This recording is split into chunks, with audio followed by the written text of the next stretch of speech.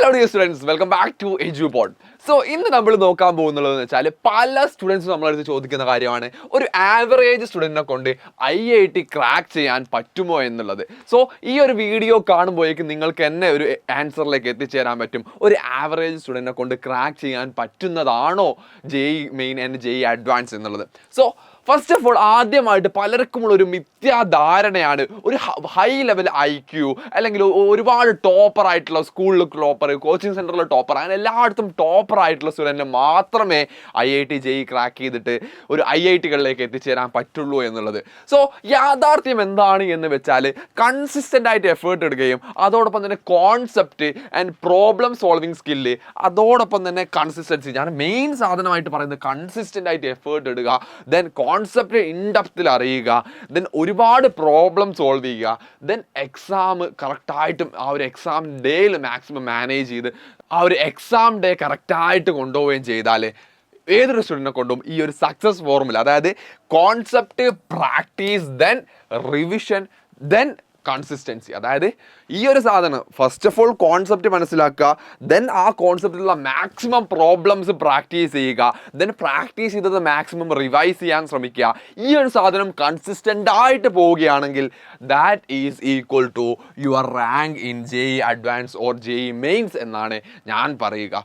Then കൺസിസ്റ്റൻസിയുടെ ശക്തിയെക്കുറിച്ച് മനസ്സിലാക്കുന്ന ഒരു ചെറിയൊരു കാര്യമാണ് ഞാനിവിടെ എത്തിയിട്ടുള്ളത്. ഒരു 3 മണിക്കൂർ നിങ്ങൾ എക്സ്ട്രാ എഫേർട്ട് ഇടുകയാണെങ്കിൽ, ഒരു ദിവസം നിങ്ങൾ 3 മണിക്കൂർ എഫേർട്ട് ഇടുകയാണെങ്കിൽ അത് 365 ദിവസവും ഇട്ടാൽ ഒരു 1095 മണിക്കൂറിൻ്റെ എക്സ്ട്രാ എഫേർട്ടായി മാറി. ഒരു വർഷം നോക്കുകയാണെങ്കിൽ അത് അൾട്ടിമേറ്റ്ലി നിങ്ങളുടെ ഒരു വലിയ ഗ്രോത്തിലേക്കാണ് എത്തിക്കുക. നിങ്ങൾക്കിവിടെ നോക്കിയാൽ കാണാൻ പറ്റും, ഒരു 30 ഡേ വരുമ്പോൾ ചെറിയ ഗ്രോത്തേ ഉണ്ടാക്കിയിട്ടുള്ളെങ്കിലും ഒരു 90 ഡേയിലേക്ക് വരുമ്പോൾ കുറച്ചുകൂടെ വിസിബിൾ ആവുമെങ്കിലും ഒരു 180 ഡേ അല്ലെങ്കിൽ ഒരു 270 ഡേ അല്ലെങ്കിൽ 365 ഡേയിലേക്കൊക്കെ വരികയാണെങ്കിൽ അതൊരു നല്ല വിസിബിൾ ആയിട്ടുള്ള ചേഞ്ച് തന്നെ നിങ്ങൾക്ക് ഉണ്ടാക്കും.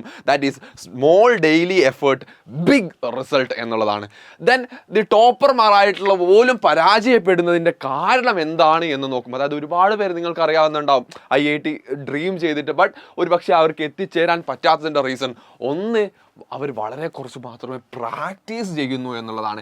എത്രത്തോളം ക്വസ്റ്റ്യൻസ് പ്രാക്ടീസ് ചെയ്യുന്നോ അത്രത്തോളം നമ്മുടെ റാങ്ക് ബൂസ്റ്റ് ചെയ്യാൻ പറ്റും. അവിടെ ഞാൻ നേരത്തെ പറഞ്ഞതിൽ കോൺസെപ്റ്റും ഇമ്പോർട്ടൻ്റ് ആണ്, പ്രാക്ടീസും ഇമ്പോർട്ടൻ്റ് ആണ്, അതോടൊപ്പം തന്നെ നമ്മുടെ കൺസിസ്റ്റൻ്റ് ആയിട്ടുള്ള വർക്കും അതോടൊപ്പം തന്നെ റിവിഷനും, ഈ 3 സാധനവും ഇമ്പോർട്ടൻ്റ് ആണ്. ഇത് 3 കൺസിസ്റ്റൻ്റ് ആയിട്ട് ചെയ്യുന്നുണ്ടെങ്കിൽ ആ കുട്ടി ഏറ്റവും മികച്ച റാങ്കിലേക്ക് എത്തിച്ചേരും എന്നുള്ളതാണ്. പിന്നെ ഓവർ കോൺഫിഡൻസ് ആണ്. ചില കുട്ടികൾക്ക് എന്ന് പറഞ്ഞാൽ ഒരധികം ഒന്നും പ്രാക്ടീസ് ചെയ്യില്ല, കാരണം അവർക്ക് ഓൾറെഡി കോൺസെപ്റ്റ് ഒക്കെ ഏതാണ്ട് എല്ലാ രീതിക്കും അറിയാമെന്നുള്ളതൊക്കെ ആലോചിച്ച് ബട്ട് ആ എക്സാം ഡേയിൽ എന്ത് ചെയ്യാൻ പറ്റില്ല, അത് വേണ്ടത്രത്തോളം പുറത്തെടുക്കണമെങ്കിൽ നിർബന്ധമായിട്ട് നമ്മൾ നന്നായിട്ട് തന്നെ പ്രാക്ടീസ് ചെയ്തിരിക്കണം. ദെൻ റിവിഷൻ പൂവർ ആവുക എന്നുള്ളതാണ്. പുതിയ കോൺസെപ്റ്റുകൾ വീണ്ടും പുതിയ സാധനങ്ങൾ പഠിക്കാൻ ശ്രമിക്കുക എന്നുള്ളതുപരി നമ്മൾ പഠിച്ച സാധനം റിവൈസ് ചെയ്യുക എന്നുള്ളതും വളരെ വളരെ ഇമ്പോർട്ടൻ്റ് ആണ്. ദെൻ ടെസ്റ്റ് ഫിയർ, അതായത് ഞാൻ പഠിച്ച് മുഴുവനായിട്ടും തീർത്തിട്ടില്ല, സോ ഞാൻ ഇനിയിപ്പോൾ എക്സാം എഴുതിയാൽ ആ എക്സാമിൽ മാർക്ക് കുറഞ്ഞു പോയാലോ അല്ലെങ്കിൽ എൻ്റെ റാങ്ക് താഴേക്ക് പോയാലോ എന്ന് ആലോചിച്ചിട്ട് നമ്മുടെ എക്സാം മോക്ക് ടെസ്റ്റുകൾ സ്കിപ്പ് ചെയ്യുക എന്നുള്ളത് വളരെ മോശം സംഗതിയാണ്. കാരണം വേറൊന്നുമല്ല, നിങ്ങൾക്ക് ആ ഒരു എക്സാക്റ്റ് എങ്ങനെയാണോ ആസ് സച്ച് നമ്മളെ എക്സാം ഡേയിലുള്ളതുപോലെ നിങ്ങൾ പ്രിപ്പയർ ചെയ്ത്, അതായത് എക്സാം ഡേയിലുള്ളതുപോലെ മോക്ക് ടെസ്റ്റ് നിങ്ങൾ എഴുതിയാൽ മാത്രമേ നിങ്ങൾക്ക് ആ എക്സാം ഡേയിൽ എന്തൊക്കെ പ്രഷറും സാധനങ്ങളൊക്കെ വരും എന്നുള്ളത് മനസ്സിലാക്കി അത് ഹാൻഡിൽ ചെയ്യാൻ പറ്റൂ. അപ്പോൾ ആവറേജ് സ്റ്റുഡൻറ്റ് ജയിക്കാനുള്ള കാരണം എന്താണ് എന്നൊക്കെ ചോദിച്ചാൽ, നമ്മൾ നേരത്തെ പരാജയപ്പെടാനുള്ള കാരണം പറഞ്ഞു. ഡിസിപ്ലിൻഡ് ആയിട്ടുള്ള വർക്ക് ഉണ്ടാവണം, നല്ല ഹാർഡ് വർക്ക് വേണം, ദെൻ പേഷ്യൻസ് ഉണ്ടായിരിക്കണം, ദെൻ കണ്ടിന്യൂസ് ഇംപ്രൂവ് താനേ ഉണ്ടായിക്കോളും.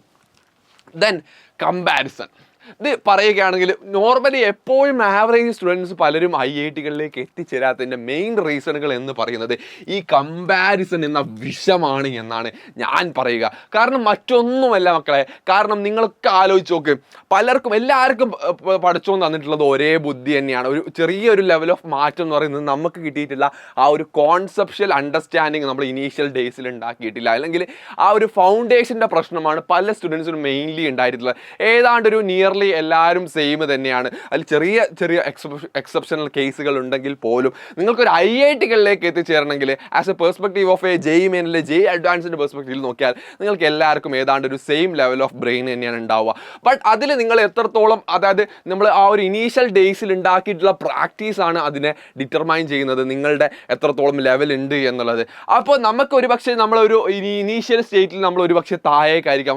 സോ ഓൻ അടിപൊളിയാണ് അല്ലെങ്കിൽ മറ്റോൻ അടിപൊളിയാണ് എന്ന് ആലോചിച്ചിട്ട് നമ്മളുടെ അവസരം താത്തേണ്ടയില്ല. സോ നമ്മൾ ഡേ ബൈ ഡേ ഇമ്പ്രൂവ്മെൻറ്റ് നോക്കാതെ നമ്മൾ ആ ഒരു മറ്റുള്ളവരുമായിട്ട് കമ്പയർ ചെയ്തിട്ട് എന്നെ കൊണ്ട് ഇത് പറ്റിയ പരിപാടിയല്ല എന്ന് പറഞ്ഞ് നിർത്തുന്നിടത്തിലാണ് നിങ്ങൾ റിയലി പരാജയപ്പെടാൻ പോകുന്നത്. ദെൻ IIT റാങ്കേഴ്സിൻ്റെ എന്തൊക്കെയാണ് അവരുടെ ശീലങ്ങൾ എന്ന് നോക്കുകയാണെങ്കിൽ, ഒന്നാമതായിട്ട് ഡെയിലി പഠിക്കുക, അതായത് ഡെയിലി സ്റ്റഡി, അതായത് ലേണിംഗ് ഹാബിറ്റ് എന്ന് പലരും പറയും. ആ ലേണിംഗ് ഹാബിറ്റ് ഉണ്ടാക്കിയെടുക്കുക. ദെൻ PYQ, അതോടൊപ്പം തന്നെ പല ക്വസ്റ്റ്യനുകളും പ്രാക്ടീസ് ചെയ്യുക. ദെൻ മോക്ക് ടെസ്റ്റ് എഴുതുക, റിവൈസ് ചെയ്യുക. ഇത് ഞാൻ മുമ്പും പറഞ്ഞ സാധനമാണ്, സ്റ്റിൽ വീണ്ടും പറയുന്നു. ഇനിയും നിങ്ങൾ ഇത് പ്രാവർത്തികമാക്കാൻ വേണ്ടിയാണ് അത്രയും ടൈം പറയുന്നത്. പിന്നെ എന്തുകൊണ്ട് NCERT പ്രധാനമെന്ന് ചോദിച്ചാൽ, നമ്മുടെ JEE മെയിൻ്റെ കേസിലേക്ക് വരികയാണെങ്കിൽ, അല്ലെങ്കിൽ JEE അഡ്വാൻസ്ഡ് കേസിലേക്ക് വരികയാണെങ്കിലും, chemistry is a bible for JEE. അതായത് കെമിസ്ട്രിയുടെ NCERT ആണ് നമ്മുടെ ബൈബിൾ എന്ന് പറയുന്നത്. സോ അല്ലെങ്കിൽ ബൈബിൾ ആയിക്കോട്ടെ, ഖുർആൻ ആയിക്കോട്ടെ,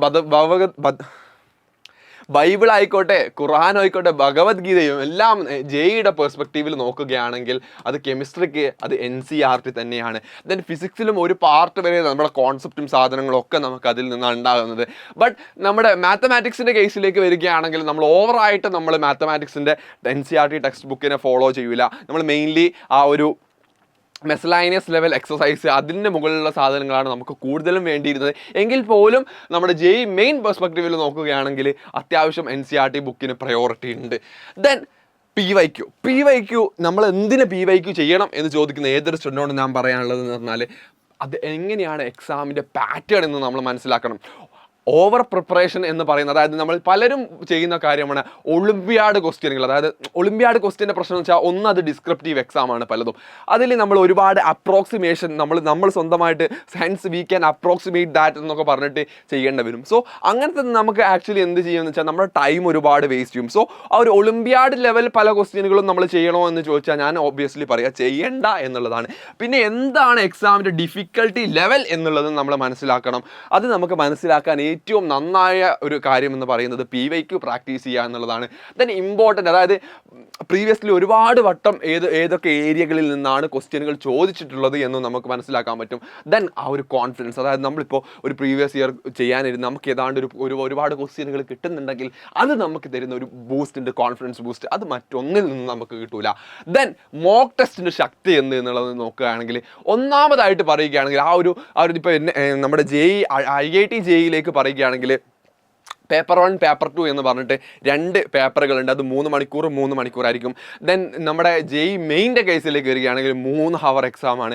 സോ ആ ഒരു എക്സാമിൽ ടൈം മാനേജ് ചെയ്യുക എന്ന്, ഓരോ ക്വസ്റ്റ്യനും ഞാൻ എത്ര മിനിറ്റ് സ്പെൻഡ് ചെയ്യണം, അല്ലെങ്കിൽ ഈ ക്വസ്റ്റ്യൻ ഈ റൗണ്ടിൽ ചെയ്യേണ്ടതാണോ എന്ന് ആലോചിക്കേണ്ട ആ ഒരു ടൈം മാനേജ്മെൻറ്റ് സ്കില്ല് നമുക്ക് കിട്ടും എന്നുള്ളത് ഒന്നാമത്തെ സാധനമാണെങ്കിൽ, രണ്ടാമത്തെ സാധനം എന്ന് പറഞ്ഞാൽ നമ്മുടെ ഒരു പ്രഷർ ഹാൻഡിങ്. അതായത് നമ്മൾ ഒരുപാട് വട്ടം എഴുതിയ ഒരു രീതിക്കാണ് നമ്മൾ വീണ്ടും ഒരു എക്സാം എഴുതുന്നത്. നമ്മൾ ഒരുപാട് വട്ടം ആ ഒരു എക്സാമിന് വേണ്ടി പ്രിപ്പയർ ചെയ്തിട്ട് ആ ഒരു എക്സാം മോഡിൽ തന്നെ ആ ഒരു സമയത്ത് തന്നെ നമ്മൾ എഴുതിയിട്ടുണ്ടെങ്കിൽ നമുക്ക് ആ ഒരു സമയത്ത് ഒരുപാട് പ്രഷർ ഉണ്ടാവില്ല. ആ ഒരു പ്രഷർ ഹാൻഡിൽ ചെയ്യാൻ നമ്മൾ വളരെ അധികം സഹായിക്കും.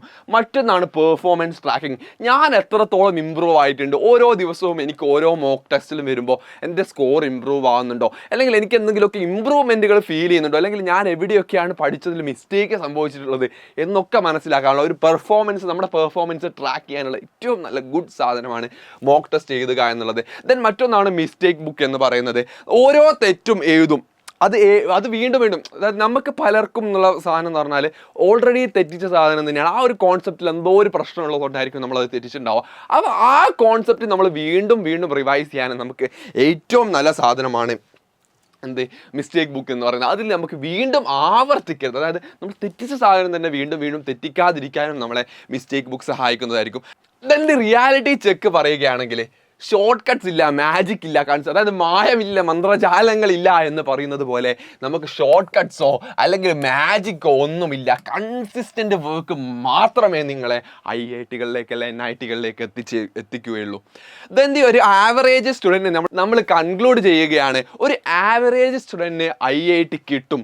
ബട്ട് ഒരു ആവറേജ് എഫേർട്ട് പോരാ, അവിടെ എക്സ്ട്രാ ഓർഡിനറി കൺസിസ്റ്റൻസിയും ആ ഒരു എക്സ്ട്രാ ഓർഡിനറി എഫേർട്ടും നമ്മുടെ ഭാഗത്തു നിന്ന് ഉണ്ടായിരിക്കേണ്ടതെന്ന് പറയുന്നത് വളരെ നിർബന്ധമാണ്. ദെൻ ഒരു കാര്യം മാത്രം, ടാലൻറ്റ് നിങ്ങളെ സ്റ്റാർട്ട് ചെയ്യിപ്പിക്കും, ബട്ട് കൺസിസ്റ്റൻസി നിങ്ങളെ IIT-കളിലേക്ക് എത്തിക്കും. സോ നിങ്ങൾ പലരും IIT ഡ്രീം ചെയ്യുന്ന ആൾക്കാരായിരിക്കും. സോ നിങ്ങൾ IIT ഡ്രീം IIT-യും അതിനോടൊപ്പം തന്നെ IIT ബോംബെ ആണെങ്കിൽ IIT ബോംബെ 2027 എന്ന് കമൻറ്റ് ചെയ്യുക. സോ അടുത്ത വീഡിയോ ആയിട്ട് കാണുന്നവരേക്കും ബൈ ബൈ.